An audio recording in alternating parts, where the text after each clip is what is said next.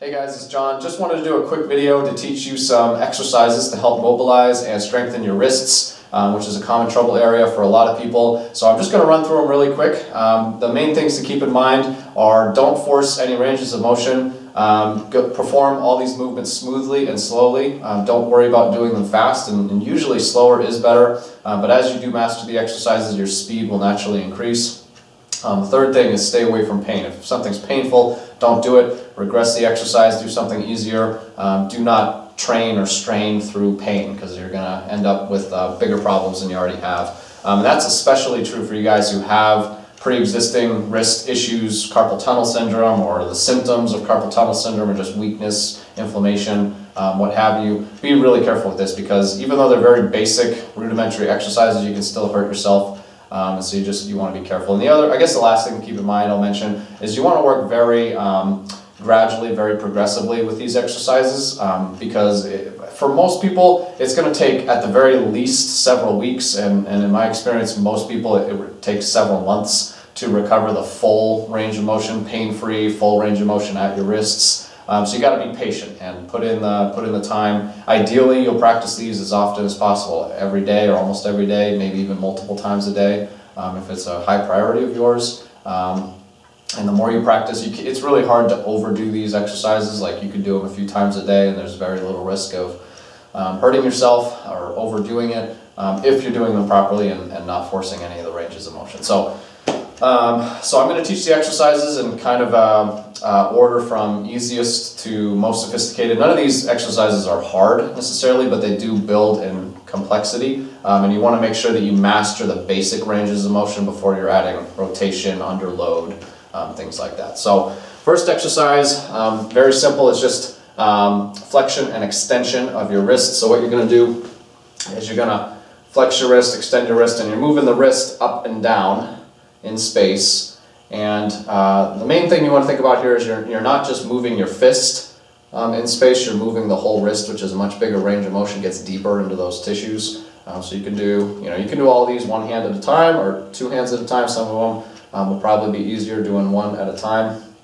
But this is your basic range of motion, flexion, extension. The next exercise is the same one, it's just laterally. So you're going to do the same movement side to side. So it's kind of like using a socket wrench if you're a mechanic or have ever assembled something with a socket wrench. It's basically this lateral deviation, and you can go deep and hold it for a pause if you want, or you can go shallow and smoother, a little bit faster. Usually good to do a little bit of both. Next one we're going to do is we're going to combine those two together. So we're going to make circles. So we did up and down, and we did side to side. So now we're going to do a circle. So we're going to go up to the outside, down to the inside, up, outside, down, inside, up, and you're just going to keep drawing that circle with your wrists. And it's very normal to hear snap, crackle, pops while you're doing this. Make sure you always go both directions so you can switch directions. Very normal for your joints to crack, and as long as there's no pain, it's usually not an issue. So that's one that we do down here. Another one you can do is you can raise them overhead like you're riding a big chopper Harley Davidson motorcycle. And you do the same thing. It'll get a little bit different effect, a little bit deeper into some of those tissues. And so you can do the same thing and switch directions with that as well. So those are your most basic ranges, your up, down, side, side, and your circles. You can also do figure eights, infinities, side to side, up and down, diagonally. There's a lot of different movements that you can do there, but that's your basic open chain, unloaded wrist mobility exercise. One of the next ones we're going to do is a hand roll. So you're going to clasp all your hands together like you're saying your prayers, and you're going to roll your hand all the way around. You can go smooth and slow, you can go a little bit faster. Make sure you go both directions, and then clasp your fingers the other way with your other dominant finger on top, your other thumb on top basically, and make sure you go both directions for that as well. So those are some of the most basic ones. Now to prep before we go on the floor, we're just going to do one. So you're going to hold one hand up, going to pull down on the fingers, and keeping that tension on the fingers, you're going to extend your elbow forward. You're going to feel a stretch in your forearm here. So you're going to pull down, extend the elbow, pull down, extend the elbow, like that. Make sure you do the same thing on the other side. Pull down on the fingers, extend the elbow forward, like that. Just a few, just to kind of prep the tissues. And you can shake out your hands, your fingers, whenever you feel that tension accumulate. So we're going down to the floor. We're basically going to start loading those basic ranges we did. So we did flexion, extension, we're going to load those ranges now. We also did the lateral movements too, we're going to load those.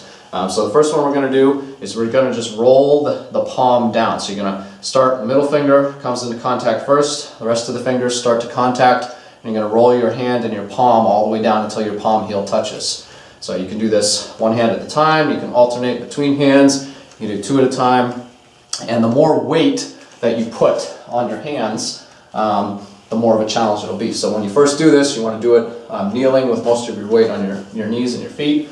Even do just one at a time so you can really focus on it. But the key is rolling the fingers down, rolling the palm down, and getting that elbow locked and keeping the elbow locked, shoulder packed on your torso. So you want to do that. The further forward that you come and the more weight that you put on your palms, the more difficult, more challenging it will be, the greater strength and mobility challenge that you'll present for your body. So just keep that in mind, and that's going to be true for all of these following exercises. The more weight that you put on your hands, the harder it's going to be. So start with very minimal weight, and especially when we get to the back of the hand ones in a minute. But with this first one, you're going to roll the palm down and then gradually walk it out further and further and further away from you. And you can even come out all the way into like an upward dog or seal pose. You can even pull yourself on the floor if you want to for an additional challenge.